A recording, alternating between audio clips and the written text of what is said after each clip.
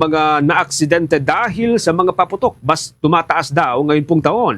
Ang Department of Health naman pinaalalahanan ng publiko na gumamit na lamang nitong mga alternatibong mga pamamaraan. May update po dyan si Bombo Grant Hilario.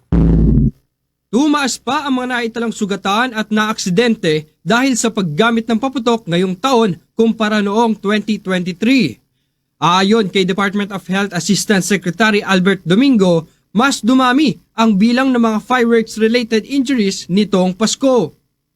Opo, ang ating datos ay pumapasok tuwing alas 6 ng umaga at kailangan syempre ito ay aralin at linisin para siguradong tama ang mga figura. So as of this interview, ang naitala po na biktima ng mga paputok mula December 22 hanggang 6 a.m. ng December 23 ay nasa 17 cases. Ito ay mas mataas kumpara sa kaparehong araw noong 2023 kung saan 6 lamang ang naitala.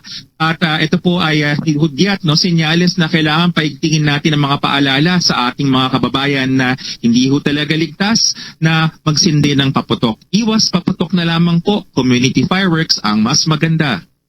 Kaya naman, ang naturang tagapagsalita ng Department of Health ay nagpaalala sa publiko na gumamit na lang ng ibang alternatibo kaysa paputok.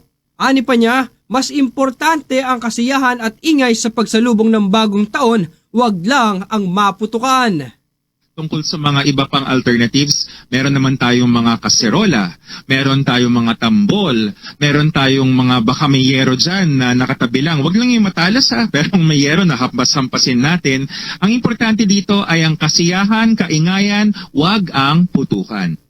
Kaugnay pa rito, nagpaalala din siya na huwag pabayaan ang kalusugan ngayong Kapaskuhan. Dagdag niya, iwasan ang pagkain ng maaalat, matatamis at matatabang ulam sa mga handaan. Sa Department of Health, gusto natin na meron tayong isang ligtas Christmas. At para tayo yung lahat ay magkaroon ng ligtas Christmas, may 3 bagay na ating tinitignan. Una sa lahat, yung mga paalala na TED. Bakit TED? Kapangalan ng ating kalihim, TED. Tamang pagkain, ehersisyo at disiplina sa katawan. Para sa tamang pagkain, tayo po ay umiwas sa mga pagkaing maalat, matamis at mataba. Pwede naman ho nating tikman, bawas-bawasan lamang at sundin natin ang pinggang Pinoy kung saan ang kalahati ng plato ay gulay at prutas, ang 1 kapat lamang ang kanin at pansit at carbohydrates at 1 kapat lamang ang protina, taba, tulad ng lechon, hamon at iba pa.